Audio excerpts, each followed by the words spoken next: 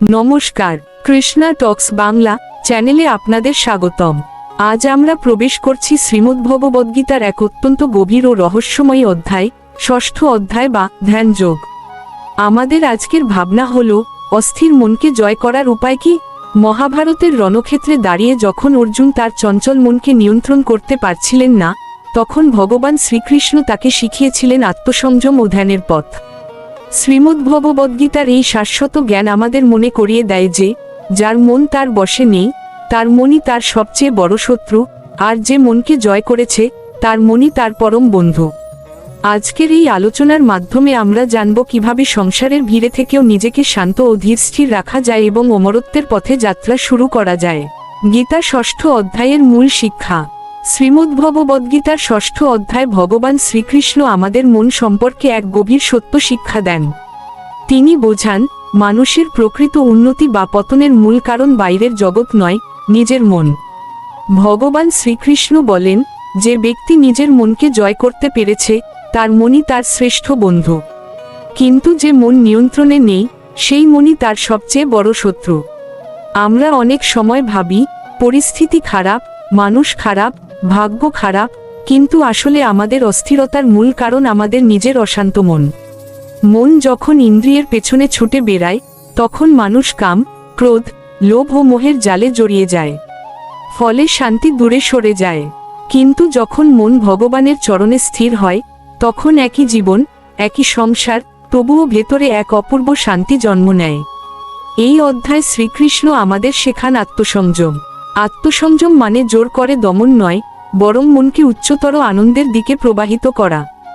যেমন একটি শিশু যদি ভালো খেলনা পায়, সে নিজেই মাটি ছেড়ে দেয়, তেমনি মন যদি ভগবানের নাম, রূপ, গুণ ও লীলার আস্বাদ পায়, তখন নিচু আসক্তি আপনা আপনি দূরে সরে যায়। তাই আসল যুদ্ধ বাইরের কারো সাথে নয়, নিজের মনকে সঠিক পথে স্থির করাই হলো প্রকৃত যোগসাধনা। ধ্যানযোগ ও সমদর্শিতা, শান্ত জীবনের চাবিকাঠি। ষষ্ঠ অধ্যায় মূলত ধ্যানযোগ সম্পর্কে। এখানে ভগবান শ্রীকৃষ্ণ ধ্যানের আসল উদ্দেশ্য বোঝান। ধ্যান মানে শুধু চোখ বন্ধ করে বসা নয়, ধ্যান মানে চিত্তকে ভগবানের স্মরণে স্থির করা।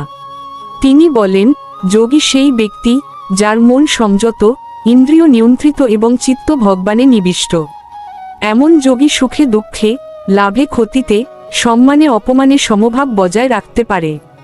কারণ তার শান্তি বাইরের ঘটনার উপর নির্ভর করে না, ভেতরের ঈশ্বরস্মরণ থেকেই আসে। এখানে আরেকটি মহৎ শিক্ষা দেওয়া হয়েছে, সমদর্শিতা। প্রকৃত যোগী সব জীবের মধ্যে আত্মার উপস্থিতি অনুভব করে। সে কাউকে ঘৃণা করে না, কাউকে হিংসা করে না, কারণ সে জানে, প্রত্যেক হৃদয়ে পরমাত্মা বিরাজমান। আজকের পৃথিবীতে অশান্তির প্রধান কারণ হল আমি আর আমার এই সংকীর্ণ ভাবনা। কিন্তু ধ্যানযোগ মানুষকে শেখায়, আমরা কেবল শরীর নই, আমরা চিরন্তন আত্মা এবং ভগবানের অংশ। এই উপলব্ধি হৃদয়ে এলে মানুষের আচরণ বদলে যায়, সম্পর্ক বদলে যায়, জীবন বদলে যায়। শেষে ভগবান শ্রীকৃষ্ণ আশ্বাস দেন, যে ভক্ত প্রেমভরে তাকে স্মরণ করে, ধ্যান করে, তার আশ্রয় নেয়, সে সর্বশ্রেষ্ঠ যোগী। অর্থাৎ যোগের পরম লক্ষ্য কেবল মানসিক শান্তি নয়, ভক্তিভরে ভগবানের সাথে সংযোগ স্থাপন, মনের প্রশান্তি ও আত্মিক আনন্দের স্বরূপ। ধ্যানযোগের গভীরে প্রবেশ করলে সাধক এমন এক অনির্বচনীয় আনন্দের সন্ধান পান, যা এই পার্থিব জগতের কোনো ইন্দ্রিয় সুখ দিতে পারে না। যখন মন ধ্যানের মাধ্যমে সম্পূর্ণ স্থির হয়, তখন চিত্ত দর্পণ বা আয়নার মতো পরিষ্কার হয়ে যায়। সেই স্বচ্ছ মনেই পরমাত্মার প্রতিচ্ছবি দেখা সম্ভব। এই অবস্থায় পৌঁছালে মানুষ অনুভব করে যে, এর চেয়ে বড় লাভ আর কিছুই হতে পারে না। জীবনের কঠিনতম দুঃখ বা মহাবিপদও তখন তাকে বিচলিত করতে পারে না। শ্রীকৃষ্ণ একেই বলেছেন, দুঃখ সংযোগ বিয়োগ, অর্থাৎ দুঃখের সাথে সমস্ত সম্পর্কের চিরস্থায়ী বিচ্ছেদ। এই প্রশান্তি কোনো সাময়িক স্বস্তি নয়, বরং এটি আত্মার নিজস্ব স্বভাব, যা কেবল গভীর ধ্যানের মাধ্যমেই উন্মোচিত হয়। সর্বভূতে সমদর্শিতা ও ভক্তির চরম পর্যায়ে। ধ্যানযোগ কেবল চোখ বন্ধ করে বসে থাকার নাম নয়, বরং চোখ মেলার পর জগৎকে দেখার দৃষ্টিভঙ্গি বদলে ফেলাই হলো এর প্রকৃত সার্থকতা।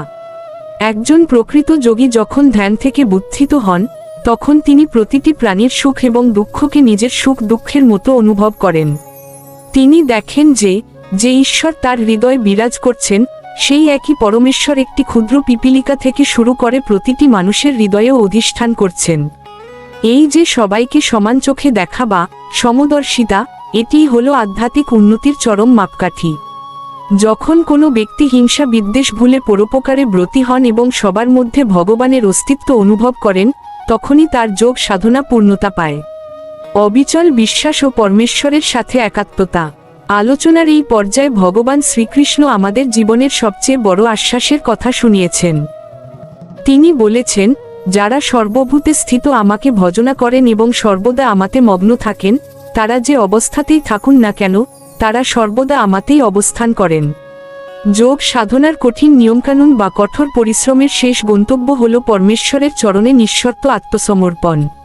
মন যখন সম্পূর্ণভাবে ভগবানের চিন্তা ছাড়া আর কিছুই জানে না, তখন সেই ভক্ত বা যোগী এবং ভগবানের মধ্যে আর কোনো দূরত্ব থাকে না। এই পরম একাত্মতাই হল মানব জীবনের শ্রেষ্ঠ প্রাপ্তি। ধ্যানযোগ আমাদের এই শিক্ষাই দেয় যে, বাইরের কোলাহলের মাঝেও কিভাবে অন্তরের মন্দিরে ভগবানের সাথে যুক্ত থাকা যায়। আমাদের প্রত্যেকের ভেতরেই এক নিরন্তর যুদ্ধ চলছে, আর সেই যুদ্ধের প্রধান রণক্ষেত্র হল আমাদের মন। ভগবান শ্রীকৃষ্ণ এই অধ্যায় পরিষ্কারভাবে জানিয়েছেন যে, এই মনই আমাদের পরম বন্ধু, আবার এই মনই আমাদের পরম শত্রু। আমাদের জীবনের সাফল্য বা ব্যর্থতা নির্ভর করে আমরা আমাদের মনকে কতটা নিয়ন্ত্রণ করতে পারছি তার ওপর। যখন আমরা আমাদের কামনা বাসনা এবং চঞ্চলতাকে জয় করতে পারি, তখন আমাদের মন আমাদের সঠিক পথ দেখায়। কিন্তু যখন আমরা মনের লালসার কাছে হেরে যাই, তখন সেই মনই আমাদের অধঃপতনের কারণ হয়ে দাঁড়ায়। প্রকৃত যোগী হওয়ার অর্থ এই নয় যে পাহাড়ের গুহায় গিয়ে বসে থাকা, বরং সংসার জীবনে থেকেও যিনি নিজের মনের ওপর আধিপত্য বিস্তার করেছেন, তিনিই প্রকৃত যোগী। শীতের প্রকোপ হোক বা গ্রীষ্মের দাবাদাহ, পরম সুখের মুহূর্ত হোক বা চরম দুঃখের কাল, সব পরিস্থিতিতেই যার চিত্ত স্থির থাকে, তিনি ধন্য। যখন কেউ নিজের মনকে সোনা এবং মাটির ঢেলার মধ্যে কোনো পার্থক্য না দেখার মতো স্তরে নিয়ে যেতে পারেন, তখন বুঝতে হবে তিনি পরমাত্মার সাথে যুক্ত হয়েছেন। আত্মজয়ের এই পথই হল মুক্তির প্রথম সোপান। ধ্যানের সঠিক পদ্ধতি। মনকে স্থির করার জন্য ভগবান শ্রীকৃষ্ণ কেবল তত্ত্বকথা বলেননি, তিনি আমাদের দিয়েছেন এক সুশৃঙ্খল জীবন দর্শনের পথ। ধ্যানের জন্য প্রয়োজন এক পবিত্র এবং নির্জন স্থান। শরীরকে সোজা রেখে, দৃষ্টিকে নাসিকাগ্রে নিবন্ধ করে একাগ্র চিত্তে ভগবানের চিন্তা করার নামই ধ্যান। কিন্তু এই সাধনায় সফল হওয়ার মূল চাবিকাঠি হল যুক্তাহার বিহারস্য, অর্থাৎ পরিমিত জীবনযাপন। আধ্যাত্মিকতা মানে আত্মনিপীড়ন নয়। যে ব্যক্তি মাত্রাতিরিক্ত আহার করেন বা যিনি অভুক্ত থাকেন, তার পক্ষে যোগ সাধনা সম্ভব নয়। আবার যিনি অতিমাত্রায় নিদ্রা যান কিংবা যিনি রাত জেগে নিজেকে ক্লান্ত করেন, তিনিও মনের শান্তি লাভ করতে পারেন না। আমাদের বুঝতে হবে যে, যোগ হল জীবনের প্রতিটি কর্মে ভারসাম্য রক্ষা করা। আমরা কি খাচ্ছি, কতটা কাজ করছি এবং কতটা বিশ্রাম নিচ্ছি, এই প্রতিটি ক্ষেত্রে যখন পরিমিতিবোধ আসে, তখনই আমাদের দুঃখের বিনাশ ঘটে। এই সংযত জীবনই আমাদের মনকে শান্ত হতে সাহায্য করে, যার ফলে আমরা যখন ধ্যানে বসি, তখন বাইরের কোনো চিন্তা আমাদের বিচলিত করতে পারে না। শৃঙ্খলাবদ্ধ জীবনই হল আধ্যাত্মিক উন্নতির ভিত্তিপ্রস্তর। ভগবানের আশ্বাস। অর্জুন আমাদের সবার প্রতিনিধি হয়ে শ্রীকৃষ্ণকে প্রশ্ন করেছিলেন যে, এই মন তো বায়ুর মতো চঞ্চল, একে ধরে রাখা তো অসম্ভব। অর্জুনের এই সংশয় আমাদেরও সংশয়। ভগবান পরম মমতাভরে উত্তর দিয়েছেন যে, হ্যাঁ, মন চঞ্চল বটে, কিন্তু একে জয় করার দুটি অব্যর্থ অস্ত্র আছে, একটি হল নিরন্তর অভ্যাস এবং অন্যটি হল বৈরাগ্য। মন বারবার বাইরের বিষয়ের দিকে ছুটে যাবেই, এটাই তার স্বভাব। কিন্তু একজন সাধকের কাজ হল বারবার ধৈর্য ধরে সেই মনকে ফিরিয়ে এনে ভগবানের চরণে স্থির করা। অনেকের মনে প্রশ্ন জাগতে পারে যে, যদি কেউ এই পথে চলতে চলতে মাঝপথে থেমে যায় বা লক্ষ্যে পৌঁছানোর আগেই তার মৃত্যু হয়, তবে কি তার সব শ্রম বৃথা যাবে? ভগবান আমাদের অভয় দিয়ে বলেছেন, না, কোনো সৎকর্মের বিনাশ নেই।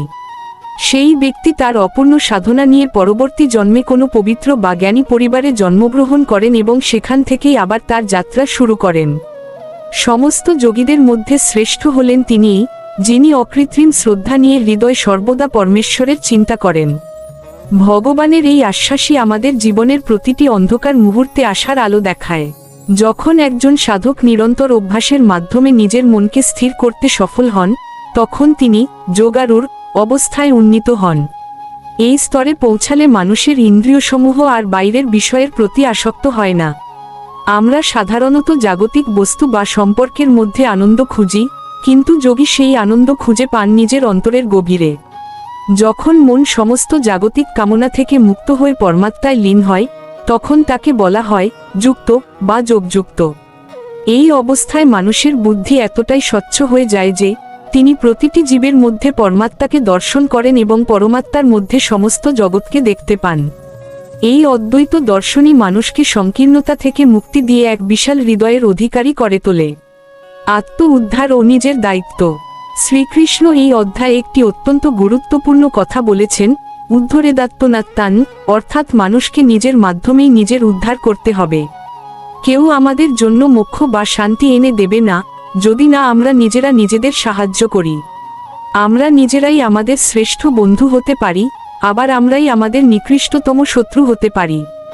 যখন আমরা আলস্য, মোহ এবং নেতিবাচক চিন্তার বশবর্তী হই, তখন আমরা নিজেরাই নিজেদের ক্ষতি করি। কিন্তু যখন আমরা বিবেক এবং বুদ্ধির সাহায্যে মনকে সঠিক পথে পরিচালিত করি, তখন আমরা অন্ধকার থেকে আলোর দিকে যাত্রা করি। আধ্যাত্মিক পথ মানেই হলো নিজের ভেতরের সুপ্ত দেবত্বকে জাগিয়ে তোলা এবং নিজের উন্নতির জন্য নিজেই দায়িত্ব গ্রহণ করা। যোগভ্রষ্টের গতি ও চরম সিদ্ধি। অনেকের মনে এই ভয় থাকে যে ভক্তি বা যোগের পথে চলতে গিয়ে যদি লক্ষ্যভ্রষ্ট হতে হয়, তবে হয়তো ইহকাল এবং পরকাল দুইই নষ্ট হবে। কিন্তু পরমেশ্বর অর্জুনকে এবং আমাদের সবাইকে এই পরম সত্য জানিয়েছেন যে শুভ কাজে ব্রতী ব্যক্তির কোনোদিন অমঙ্গল হয় না। যোগের পথে অর্জিত প্রতিটি পদক্ষেপ অক্ষয়। যদি এই জন্মে পূর্ণতা লাভ নাও হয়, তবে সেই সংস্কার পরবর্তী জীবনে পাথেয় হিসেবে কাজ করে। সেই সাধক পরবর্তী জন্মে সমৃদ্ধ এবং আধ্যাত্মিক পরিবেশে পুনরায় সুযোগ পান তার যাত্রা পূর্ণ করার জন্য। তাই ব্যর্থতার ভয় ত্যাগ করে আমাদের কেবল অভ্যাসে মনোযোগী হতে হবে। মনে রাখতে হবে, কেবল যোগী হওয়াই শেষ কথা নয়, শ্রীকৃষ্ণের চরণে আত্মনিবেদনকারী শ্রদ্ধাবান যোগীই হলেন সৃষ্টির শ্রেষ্ঠ মানুষ। ধ্যানযোগের এই পর্যায়ে আমাদের বুঝতে হবে যে মানুষের জীবনের সবচেয়ে বড় শিক্ষক হল তার নিজের বিবেক। শ্রীকৃষ্ণ অর্জুনকে যে আত্ম উদ্ধারের কথা বলেছেন, তার প্রকৃত অর্থ হল নিজের ভেতরের অন্ধকারকে চিনে নিয়ে তাকে জ্ঞানের আলো দিয়ে দূর করা। আমরা প্রায়ই আমাদের দুঃখের জন্য ভাগ্য বা অন্য মানুষকে দায়ী করি, কিন্তু গীতা আমাদের শেখায় যে আমাদের সুখ ও শান্তি সম্পূর্ণভাবে আমাদের নিজেদের চিন্তার ওপর নির্ভরশীল। যখন আমরা ধ্যানস্থ হই, তখন আমরা কেবল চোখ বন্ধ করি না, বরং আমরা আমাদের অন্তরের সেই দর্পণের সামনে দাঁড়াই যেখানে আমাদের কাম, ক্রোধ এবং মোহের প্রতিচ্ছবি স্পষ্ট হয়ে ওঠে। এই আত্মবিশ্লেষণই হল ধ্যানের আসল উদ্দেশ্য। একজন সাধক যখন বুঝতে পারেন যে বাইরের জগৎ তাকে ততটা কষ্ট দিতে পারে না যতটা তার নিজের অনিয়ন্ত্রিত মন তাকে দেয়, তখনই তার প্রকৃত রূপান্তর শুরু হয়। এই মানসিক শক্তি অর্জনের জন্য কোনো অলৌকিক ক্ষমতার প্রয়োজন নেই, প্রয়োজন কেবল নিজের প্রতি সততা। আমরা যখন প্রতিদিনের ছোট ছোট নেতিবাচক আবেগগুলোকে নিয়ন্ত্রণ করতে শিখি, তখন আমাদের মন ধীরে ধীরে একটি স্বচ্ছ স্ফটিকের মতো হয়ে যায়। এই স্বচ্ছতা আমাদের সিদ্ধান্ত নেওয়ার ক্ষমতা বাড়ায় এবং প্রতিকূল পরিস্থিতিতেও আমাদের অবিচল থাকতে সাহায্য করে। মনে রাখবেন, আত্মজয়ী হওয়া মানে জগতের ওপর জয়ী হওয়া নয়, বরং নিজের সীমাবদ্ধতার ওপর জয়ী হওয়া। অখণ্ড মনোযোগ ও পরমাত্মার সাথে নিত্য সংযোগ। যোগের চরম শিখর হল সেই অবস্থা যেখানে সাধক এবং আরাধ্যের মধ্যে কোনো ব্যবধান থাকে না। একেই বলা হয় সমাধি বা পরমাত্মার সাথে মিলন। তবে এই মিলন কেবল ধ্যানের আসনেই সীমাবদ্ধ থাকে না, এটি আমাদের দৈনন্দিন জীবনের প্রতিটি কাজে প্রতিফলিত হওয়া উচিত। একজন প্রকৃত যোগী যখন কথা বলেন, তখন তার প্রতিটি শব্দ হয় সত্য এবং কল্যাণময়। তিনি যখন কাজ করেন, তখন সেই কাজ হয় ফলের আকাঙ্ক্ষাবিহীন একটি পবিত্র যজ্ঞ। শ্রীকৃষ্ণ আমাদের আশ্বস্ত করেছেন যে এই যোগ সাধনা কোনো শুষ্ক তপশ্চর্য নয়, বরং এটি হলো আনন্দময় এক জীবনধারা। আমরা যখন জগতের প্রতিটি স্পন্দনে, প্রতিটি মানুষের হাসিতে এবং প্রতিটি প্রাণের অস্তিত্বে সেই পরমেশ্বরের উপস্থিতি অনুভব করতে শুরু করি, তখনই আমাদের ধ্যান সার্থক হয়। এই সমদর্শিতার জ্ঞানী মানুষকে প্রকৃত অহিংসা এবং করুণার শিক্ষা দেয়। যদি কোনো কারণে আমাদের মন বিচলিত হয় বা আমরা আধ্যাত্মিক পথ থেকে কিছুটা বিচ্যুত হই, তবে ভেঙে পড়ার কিছু নেই, কারণ ভগবান স্বয়ং আমাদের হৃদয়ে বসে আমাদের প্রতিটি প্রচেষ্টাকে প্রত্যক্ষ করছেন। তিনি আমাদের হাত ধরে পুনরায় আলোর পথে নিয়ে যাওয়ার জন্য সর্বদা প্রস্তুত। তাই ধ্যানের উদ্দেশ্য কেবল শান্তি লাভ নয়, বরং সেই পরম শক্তির সাথে একাত্ম হওয়া যা আমাদের জীবনের প্রতিটি মুহূর্তকে ধন্য করে। এই অবিচল বিশ্বাসই হলো আমাদের জীবনের শ্রেষ্ঠ পাথেয়, যা আমাদের জন্ম মৃত্যুর চক্র থেকে মুক্তি দিয়ে পরম শান্তিতে প্রতিষ্ঠিত করে। মানসিক প্রশান্তি ও স্থিতপ্রজ্ঞ হওয়ার গূঢ় রহস্য। ধ্যানযোগের গভীরে গেলে আমরা বুঝতে পারি যে মনের চঞ্চলতা কেবল বাইরের জগতের কারণে নয়, বরং আমাদের ভেতরের অতৃপ্ত বাসনার কারণে তৈরি হয়। একজন সাধক যখন ধ্যানে বসেন, তখন তার প্রধান কাজ হল নিজের চিন্তার স্রোতকে সাক্ষী গোপালের মতো পর্যবেক্ষণ করা। ভগবান শ্রীকৃষ্ণ আমাদের শিখিয়েছেন যে মনকে জোর করে থামানো যায় না, বরং তাকে উচ্চতর কোনো লক্ষ্যে নিবিষ্ট করতে হয়। যখন আমাদের বুদ্ধি এই সত্য উপলব্ধি করে যে জগতের সমস্ত পরিবর্তনশীল বস্তু আমাদের স্থায়ী সুখ দিতে অক্ষম, তখনই মন ধীরে ধীরে শান্ত হতে শুরু করে। এই অবস্থাকেই বলা হয় স্থিতপ্রজ্ঞ হওয়া। এই স্তরে পৌঁছালে মানুষের মধ্যে এক অদ্ভুত স্থৈর্য আসে। তিনি প্রশংসায় যেমন উৎফুল্ল হন না, তেমনি নিন্দাতেও ভেঙে পড়েন না। ধ্যানের এই নীরবতা আমাদের অন্তরের আত্মিক শক্তিকে জাগিয়ে তোলে, যা আমাদের প্রতিদিনের সিদ্ধান্ত গ্রহণকে আরও নির্ভুল এবং শান্ত করে তোলে। প্রকৃত শান্তি কোনো বস্তু বা স্থানের মধ্যে নেই, বরং তা আছে নিজের মনের গভীরে সেই পরমাত্মার সাথে যুক্ত হওয়ার মধ্যে। যখন আমরা নিয়মিত এই নীরবতার চর্চা করি, তখন আমাদের জীবন এক ছন্দময় গতি পায় এবং আমরা সংসারের সব দায়িত্ব পালন করেও অন্তরে এক গভীর নির্লিপ্ততা বজায় রাখতে পারি। ভক্তির পরম পরাকাষ্ঠা ও ভগবৎ সান্নিধ্যের পরমানন্দ। ষষ্ঠ অধ্যায়ের শেষে ভগবান আমাদের যে মহান সত্যের দিকে নিয়ে যান, তা হল কেবল যান্ত্রিক যোগাভ্যাস নয়, বরং প্রেমের দ্বারা ভগবানের সাথে যুক্ত হওয়া। শ্রীকৃষ্ণ স্পষ্টভাবে বলেছেন যে তপস্বী বা কর্মীর চেয়েও যোগী শ্রেষ্ঠ, কিন্তু সেই যোগীদের মধ্যেও তিনিই সর্বশ্রেষ্ঠ, যিনি পরম শ্রদ্ধার সাথে নিজের অন্তর দিয়ে ভগবানের আরাধনা করেন। এই ভক্তিযুক্ত ধ্যানই হল যোগের পূর্ণতা। যখন একজন মানুষ অনুভব করেন যে তিনি একা নন, বরং পরমেশ্বর সর্বদা তার সখা এবং পথপ্রদর্শক হিসেবে পাশে আছেন, তখন তার সমস্ত ভয় এবং একাকিত্ব চিরতরে ঘুচে যায়। এই দিব্য অনুভব আমাদের অহংকারকে চূর্ণ করে এবং আমাদের মধ্যে পরম বিনয় নিয়ে আসে। ধ্যানের মাধ্যমে যখন আমাদের এই অহংবোধ বিলীন হয়, তখন আমরা ভগবানের হাতের যন্ত্রে পরিণত হই। এই অবস্থায় আমাদের প্রতিটি নিঃশ্বাস, প্রতিটি কর্ম এবং প্রতিটি চিন্তা হয়ে ওঠে এক পবিত্র প্রার্থনা। এই পরম আনন্দের স্বাদ যে একবার পেয়েছে, তার কাছে জগতের সমস্ত ঐশ্বর্য তুচ্ছ মনে হয়। ধ্যানযোগের এই অন্তিম শিক্ষা আমাদের এই বার্তাই দেয় যে আমরা যেন কেবল বাইরের আচার সর্বস্ব আধ্যাত্মিকতায় আটকে না থাকি, বরং হৃদয়ের অন্তঃস্থলে সেই পরম সুন্দরের দর্শন লাভ করার জন্য ব্যাকুল হই।